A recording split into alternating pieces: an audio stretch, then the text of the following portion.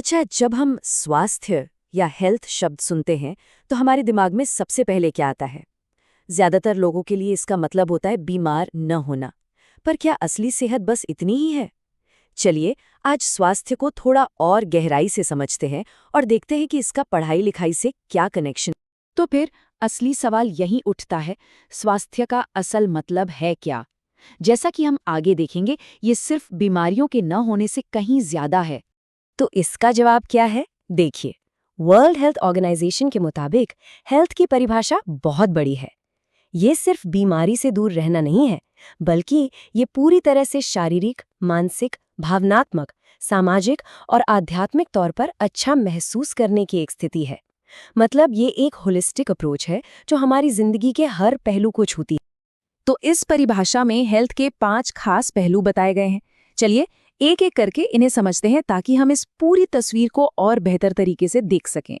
सबसे पहला तो वही है जिसे हम सब जानते पहचानते हैं, फिजिकल हेल्थ यानी शारीरिक स्वास्थ्य। इसका सीधा सा मतलब है कि हमारे शरीर का हर हिस्सा अपना काम ठीक से कर रहा है, जैसा उसे करना चाहिए। कह सकते हैं कि ये हमारी सेहत की नींव है।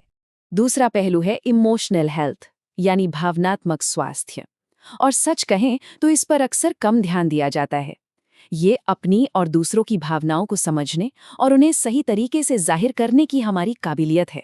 असल में ये हमारी इमोशनल इंटेलिजेंस है जो समाज से जुड़ने में हमारी मदद करती है। तीसरा है मेंटल हेल्थ। ये सिर्फ किसी दिमागी बीमारी का न होना भर नहीं है।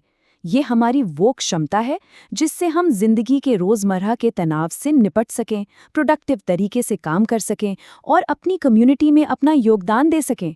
ये असल में हमारी मजबूती के बारे में है।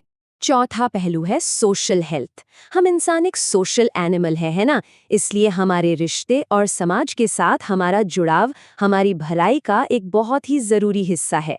एक बैलेंस्ड लाइफस्टाइल के लिए ये बहुत ज़रूरी है। और आखिर में पांचवा पहलू है स्पिरिचुअल हेल्थ। देखिए, ये ज़रूरी नहीं कि धर्म से जुड़ा हो, बल्कि इसका मतलब है जिंदगी में एक मकसद होना, अपने उसूलों और अपने अंदर की आवाज़ से जुड़ना। यही वो चीज़ है जो हमें एक दिशा और मतलब देती है। तो अब हमारे पास ये 5 पहलू हैं, लेकिन सवाल ये है कि एजुकेशन के लिए ये सब क्यों ज़रूरी है? पता चलता है कि हेल्थ और एजुकेशन का रिश्ता एक टू वे स्ट्रीट की तरह है। दोनों एक दूसरे पर बहुत असर डालते हैं। देखिए, ये रिश्ता दोनों तरफ से काम करता है। एक तरफ अगर सेहत ठीक नहीं है तो बच्चे की पढ़ाई में रुकावट आ सकती है, जैसे स्कूल में एब्सेंट रहना या क्लास में ध्यान न लगा पाना। और वहीं दूसरी तरफ एजुकेशन एक बहुत ही पावरफुल टूल है हेल्थ को बेहतर बनाने का। ये हमें हेल्दी आदतों के बारे में सिखाती है और सही फैसले लेने में मदद करती है, जिससे हमारी पूरी जिंदगी बेहतर होती है। तो बात साफ है, हमें एक ऐसा माहौल बनाना होगा जहां बच्चे हेल्थ के इन सभी 5 पहलुओं पर तरक्की कर सकें। और इसकी शुरुआत करने के लिए स्कूलों से बेहतर जगह और क्या हो सकती है? और देखिए, ये तस्वीर ये हमारे लक्ष्य को कितने अच्छे से दिखाती है। ये एक बच्चे ने बनाई है और इसमें दिखाया है कि उसकी नज़र में एक हेल्दी माहौल वाला स्कूल कैसा दिखता है। ये सिर्फ एक बिल्डिंग नहीं, बल्कि एक ऐसी जगह है जहां हर तरह से अच्छा महसूस हो।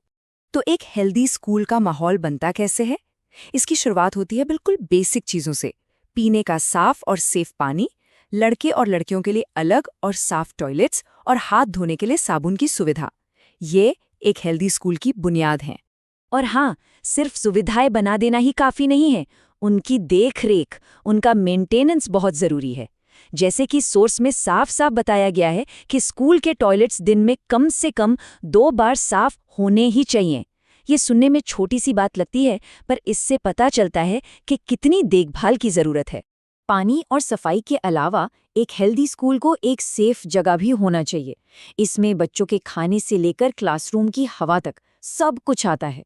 और सबसे ज़रूरी, बच्चों को इमोशनली सेफ महसूस होना चाहिए। एक ऐसा माहौल जहां कोई डर न हो। एक हेल्दी माहौल का मतलब एक साफ सुथरा माहौल भी होता है। इसके लिए एक बहुत ही सिंपल लेकिन दमदार तरीका बताया गया है, 4 R's का फॉर्मूला। पहला R है रिफ्यूज, मतलब गैर जरूरी चीजों को ना कहना। दूसरा है रिड्यूस, यानी कम इस्तेमाल करना। तीसरा है रीयूज, मतलब चीजों को बार बार इस्तेमाल करना। और चौथा है रिसाइकिल, यानी चीजों को नया रूप देना। तो हमने स्कूल के रोल के बारे में तो बात कर ली, लेकिन एक बच्चे को सेहतमंद बनाना सिर्फ स्कूल का काम तो है नहीं, ये जिम्मेदारी इससे कहीं ज्यादा बड़ी है। और ये बात बिल्कुल सही है। किसी बच्चे की हेल्थ और उसका विकास सिर्फ एक इंसान या एक संस्था की जिम्मेदारी नहीं हो सकती। ये तो परिवार, स्कूल और पूरे समाज की, हम सबकी एक साझी जिम्मेदारी है। और ये सारी बातें हम एक आखिरी और शायद सबसे जरूरी सवाल पर लाकर छोड़ देती हैं। हमने ये तो देख लिया कि ये एक टीम एफर्ट है, तो फिर ये सवाल सोचना लाजमी है कि किसी बच्चे का भविष्य बनाने में सबसे बड़ी भूमिका आखिर किसकी होती है।